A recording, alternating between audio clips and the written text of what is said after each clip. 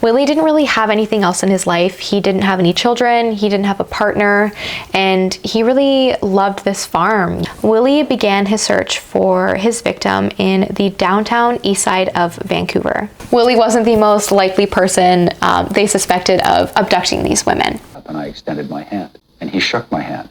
It was the wettest, limpest, grossest thing I've ever felt from a man in my life. March 1999. There are two big events that happened in March, so this is a really important part of the case. Andrew Bellwood was a former friend and employee of the Pickton farm. One night in March of 1999, Willie and Andrew had a unforgettable, haunting conversation. Andrew and Willie were both sitting in the trailer and watching TV together, and Willie kind of looked over at Andrew and said, "Hey, let's go get a hooker tonight."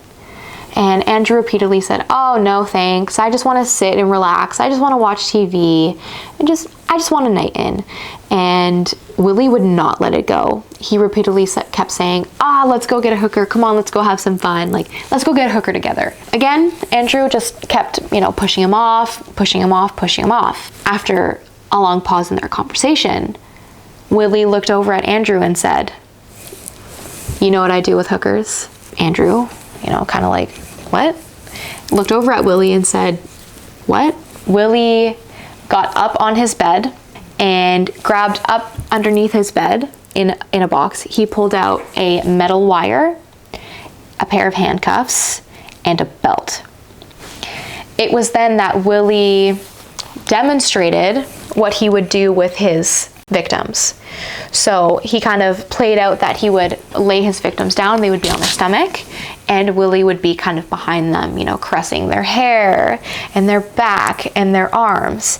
And once they were relaxed, Willie would slap handcuffs on their wrists behind their backs so that they couldn't move. Willie would be over top of them and he would caress their hair, and then he would loop his either metal wire or a belt around their neck, and as he was strangling them, he would whisper in their ear, "It's okay. Everything is gonna be okay now. You're gonna be okay. It's all over now." And then he would strangle them to death. Yeah. So he's demonstrating all of that for Andrew, and Andrew is horrified, as any one of us would be. He's sitting there and he doesn't even know what to say. So this is when Willie jumps up and he sits down and he's like, "Oh yeah, and then you know what I do? Yeah, I take their bodies and I bring them over to the slaughter barn and I hook them up on hooks and I string them up and then I gut them like a pig, put their organs in a bucket, and then I take their bodies and I feed it to the pigs, and whatever the pigs don't eat, I put in a barrel that's going to be taken to the rendering plant, or I dig a hole and put their remains in it." Andrew, this poor guy, is just like trying to enjoy a peaceful evening, and Willie just unloaded this huge bit of evidence and information, and Andrew doesn't even know what to do. He's just sitting there, just gobsmacked, terrified for his life, as any one of us would be. And, Willie's laughing. He thinks it's so funny. And he says, quote, "Oh, you know how much they bleed. You wouldn't believe how much blood comes out of a person."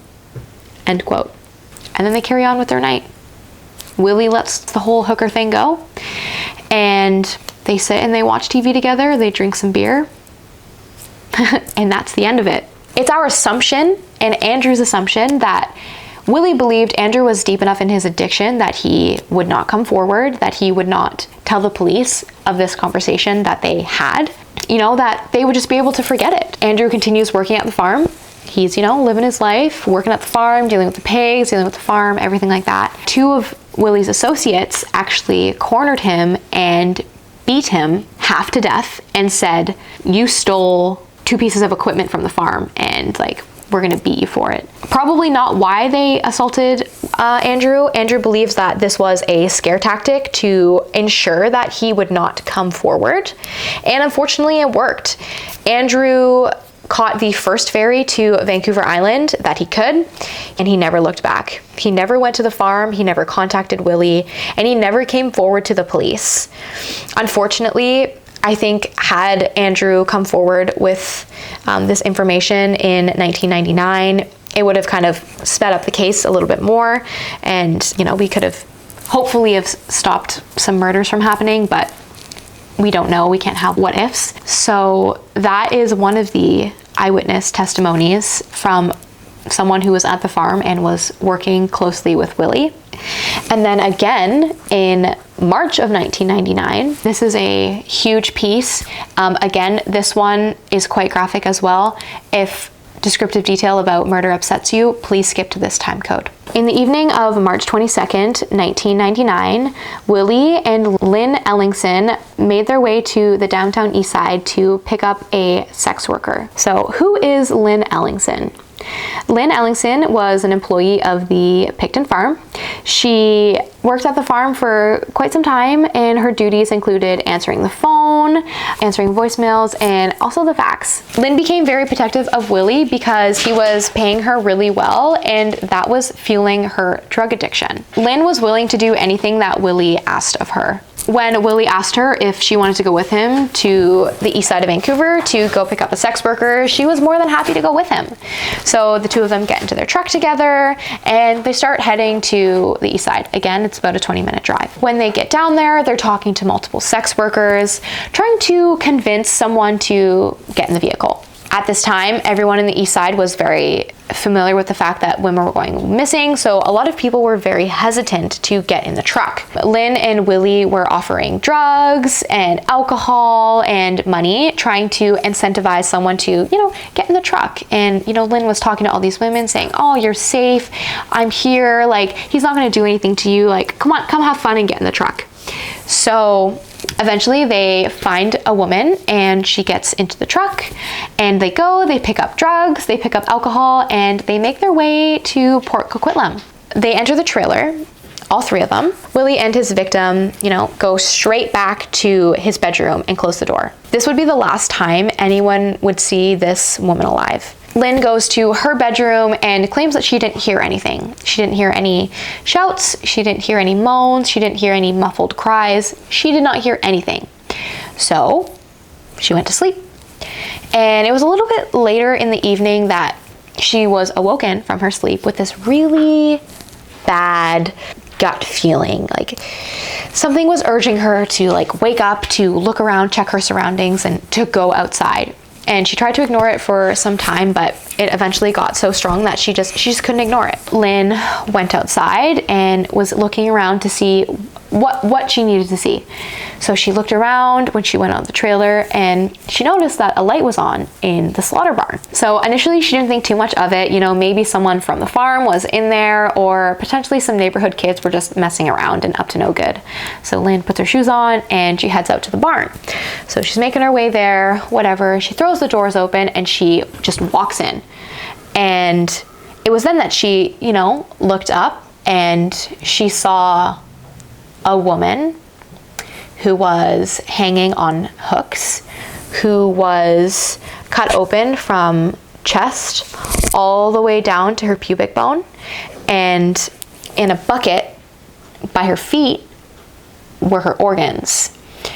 Before Lynn could even scream or really process what she was seeing, Willie came up behind her and he grabbed her and he whispered in her ear, "If you say anything, you will be right beside her." The first thing came out of Lynn's mouth was, "Don't worry, I won't say anything. I just need money for drugs." And then she left the barn and she never came forward. Unfortunately, Lynn used this murder to her advantage. She often used it as leverage against Willie for blackmail so that he would buy her drugs and give her money to keep her quiet. Based off of a later interview that Lynn had with the police, the description she gave best fits Georgina Papin. She was 34 years old, moving into summer of 1999. Unbeknownst to the public, in the summer of 1999, the Vancouver Police and the RCMP started working together in a joint task force, thanks to a huge tip from a man who was friends with Lynn Ellingson. Coincidentally, that same man was working as an informant for the police. Lynn had confided in this man about what she witnessed in March of that year. At this point, evidence was piling up and pointing towards Willie. There was still no bodies or hard evidence, but all the circumstantial evidence they had was pointing towards Willie at this time. A common occurrence in this case is that the police felt that witnesses weren't credible.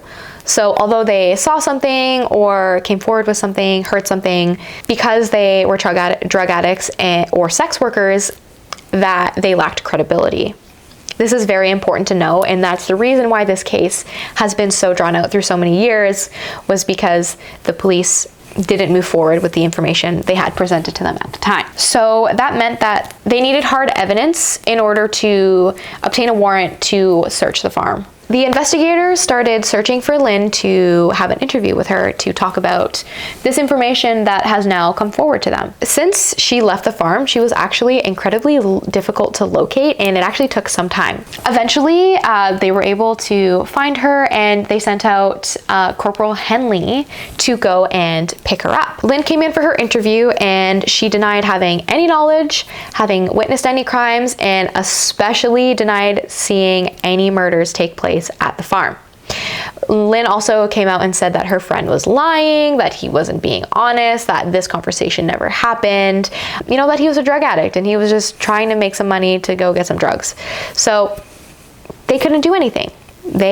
She wasn't under arrest. There was no evidence incriminating her, so they had to let her go. And it was on the drive back with Corporal Henley that he started thinking about a conversation that they had when he picked her up. And Corporal Henley remembers having this conversation, saying something along the lines of, I know you'd never do anything like this. I know if you witnessed something like this, you would come forward. I know you're not that kind of person, blah, blah, blah. You know how police are trying to get on your good side. And Henley continued to say, I've seen dead bodies and it's really something difficult to see. It's not a nice sight. It's really difficult. And Lynn commented and said, yeah, dead bodies are gross. Their fat is yellow and it's gross. At the time, when Henley and Lynn had that conversation, he didn't think much of it, but through her interview, when she was being incredibly argumentative and difficult to work with, it really snagged in his mind. And on the drive back to Surrey, where she was living, Corporal Henley convinced her to come back into the station and have a lie detector test. At that time in 1999, information wasn't as widely accessible as it is now. So unless you would have seen a dead body, or maybe you were a doctor or something like that, you wouldn't just know that human fat was yellow. So Henley encouraged her to come in and do a lie detector test, but unfortunately on the day of her lie detector test appointment, they were unable to locate Lynn. In the summer of 1999, Lynn was still blackmailing Willie for drugs. So in her mind, coming forward and getting Willie arrested wouldn't have benefited her. So she didn't. I just want to take a moment to say that I know addiction can cause people to do things that they wouldn't normally do, or say things they wouldn't normally say. But with this specific instance, I don't think it's fair to blame addiction on what Lynn has seen, refused to come forward with, and what she's continuing to doing. I think that it's unfair to blame addiction for that. I think that maybe addiction has just amplified what she was willing to do. So I just want to say, I don't want people to blame addiction and being a drug addict on Lynn's actions. I think it's more of a moral issue. I just want to put that in there really quick. Let's not attack people who happen to be addicted to drugs. That is not the issue here. It's a moral issue. Okay. Great. I just wanted to clear that up really quick before people start saying or making assumptions about people who battle with addiction. So now we're moving into autumn of 1999. Because all of the evidence that was pointing towards Willie, his farm got put under a 24-hour surveillance. The police just wanted to make sure that if they saw anyone coming and going from the farm that they wanted to make sure no one was going to get hurt. So they put him under 24-hour surveillance. And on one occurrence, an investigator actually saw Willie in his truck with a woman. So they raced and they pulled him over and they got everyone to exit the vehicle. And it was then that they figured out that the woman that was in the vehicle was actually a 13-year-old girl who was the daughter of one of Willie's friends. So because they pulled him over and, you know, made him exit the vehicle, this unfortunately blew their cover, which meant that they again had to go back to the drawing board and had to focus less just on Willie and just the broad investigation. Over the fall and winter months, more and more women were disappearing without a trace and with no evidence. Now we are in the year 2000 and it's January. So over the first few months, the police were repeatedly visiting the Pickton farm to try to have a conversation with Willie. They, they just wanted to have a conversation and kind of get a little peek into the farm to see if they could see anything just laying around, you know? So they went quite a few times in the month to try to go and have a conversation with him, but it just never worked out in their favor. Until one day, interestingly enough, Willie actually showed up at the precinct to kind of get this finished once and for all. So they, ushered Willie into a room and they interviewed him for 6 hours. Willie kind of said, he wanted this to stop. He was tired of this, of the police presence, yada, yada, yada. And, by the end of the 6-hour interview, Willie expressed to the police that they were more than welcome to come to his farm and come take a look around. So that is exactly what the police did. On the 19th of January, a group of investigators went to Willie's farm and they kind of poked around. So since they didn't have a warrant, they couldn't turn the place upside down and really investigate and get in all the nooks and crannies to try to find any evidence. But on surface glance, they did not see any evidence or anything suspicious that would warrant them to start searching deeper. The police are again getting very frustrated at this point. They've been investigating for 3 years now. They haven't found any bodies. They don't have any new evidence. They don't have any new witnesses. They don't have any new information to kind of point them in the direction of the suspect, unfortunately. Around that same time in America, a serial killer by the name of Robert Yates was actually convicted of murdering 9 sex workers. So it was thought for a moment there that potentially Robert Yates was the one who was kidnapping and murdering all these sex workers, but they quickly ruled him out that Robert Yates was in fact not the suspect or perpetrator kidnapping and murdering these women. So again, they kind of were back to square one, looking at all their evidence, picking through it, trying to find, the tiny little details to see if anything jumps out at them to try and find whoever abducted and potentially murdered these women. And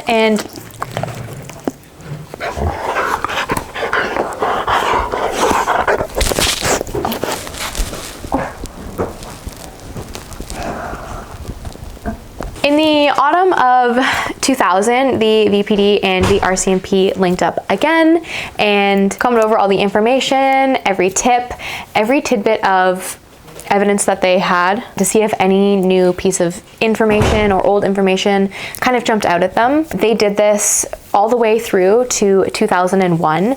They just spent their time really trying to organize their information, see if anything new jumped out at them. So now we're moving into 2001. And do you remember Detective Henley? He was the officer that did the investigation with Lynn Ellingson, the one who was there when she made that weird comment about the human fat that stuck with him. So that was still in the forefront of his mind. He couldn't forget it. He couldn't stop thinking about it. And he actually went to his superiors and requested to have a unofficial meeting with Pickton. Now, Henley was now in a new department, but because of this comment, his superiors actually allowed him to go and have that meeting with Willie. The only important part of that conversation that is worth bringing up to you is that at the end of the conversation, Henley suggested to Willie, like, hey, You know, if you're as innocent as you claim to be, you should come and do a lie detector test, because that can help prove your innocence.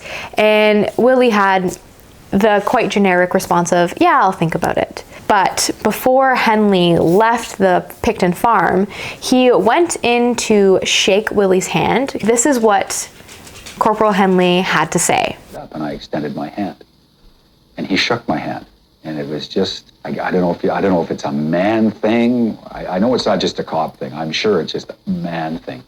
It was the wettest, limpest, grossest thing I've ever felt from a man in my life. It just creeped me out. We have a special guest yet again, no kisses. As I said throughout this whole case, trust your gut. Usually your gut and your intuition steers you right, and you know, had people paid attention to what their gut was telling them, lots of lives would have been saved. The investigation was carrying on through the summer of 2001. No new breaks in the case and no new evidence. Police were again analyzing all of their evidence and all their information, all the tips. I can't imagine the frustration that the investigators and the police officers were feeling with this case. It's been going on now for 4 years, and really they haven't got anywhere, unfortunately. There was, at this point, I believe 40 missing women.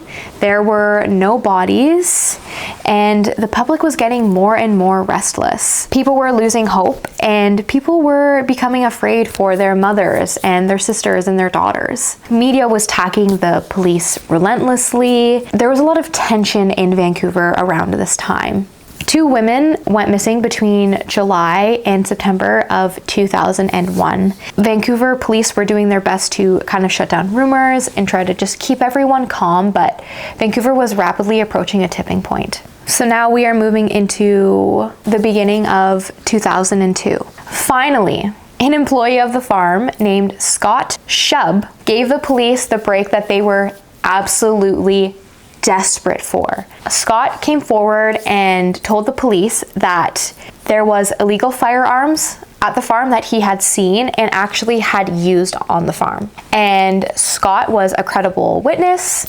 Although Scott's tip was unrelated to the missing women, this is what the police needed to get their foot in the door at the farm. So they were able to get a warrant and search the farm for these illegal weapons. They get to the farm, they have their warrant, and for a second here, can I just get a hallelujah that they finally are able to get onto the farm and to search. On February 5th, 2002, the police raided the farm. They found illegal weapons, women's clothing, women's identification, and an inhaler of one of the missing women that had gone missing. It belonged to Serena Abbotsway. When they found this evidence, their investigation went from a illegal weapons search to a homicide search. The investigation continued all the way until February 22nd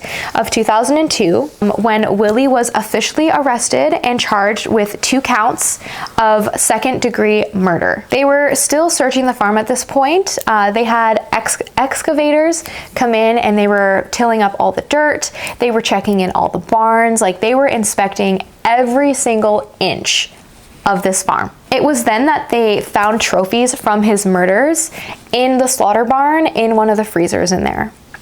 In this fridge, they found severed heads, hands, and feet. In there, that is where they found the remains of Serena Abbotsway, the woman who the inhaler had belonged to. She was 29 years old. When they were excavating the grounds around the farm, that is when they found bones and teeth belonging to 4 other victims, and these are their victims' names. Mona Wilson, she was 26 years old. Brenda Wolfe, she was 30 years old. Georgina Papin, who was 34 years old. This is the victim that we heard about earlier with Lynn and Willie. And then lastly, Marnie Lee Frey, she was 24 years old. Along with the remains and DNA belonging to these women, more than 24 were found. Willie is believed to have murdered 49 women spanning from the years 1978 all the way to 2002. There were 3 others arrested alongside Willie in the murder investigation. Lynn Ellingson was one of those. It was in that moment when Lynn got arrested that she decided to speak the truth about what happened on March 22nd, 1999.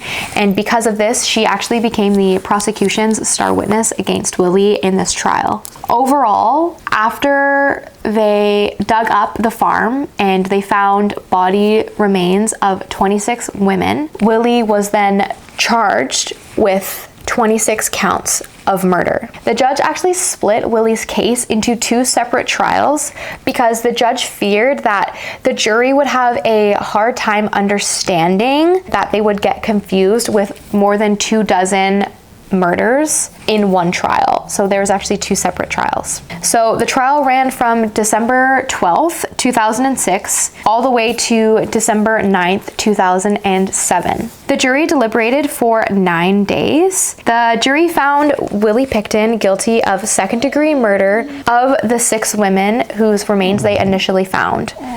What? Does that upset you? I know it upsets me too, buddy.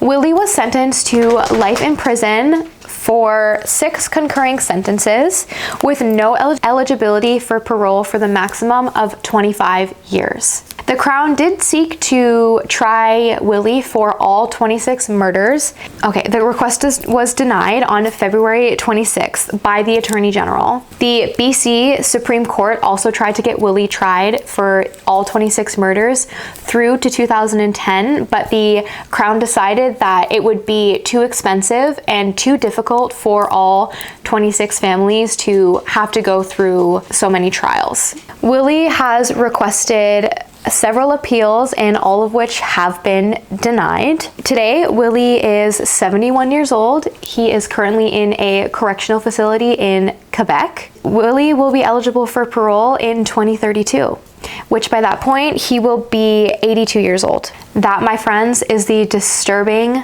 frustrating, and devastating case of Willie Pickton, the pig farm killer.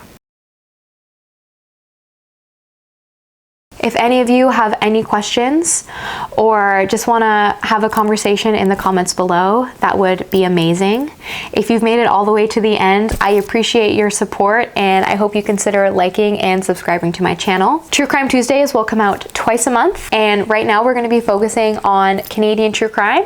So I look forward to seeing you again. Hug your loved ones and tell them that you love them. All right, guys, thanks so much for tuning in. Bye.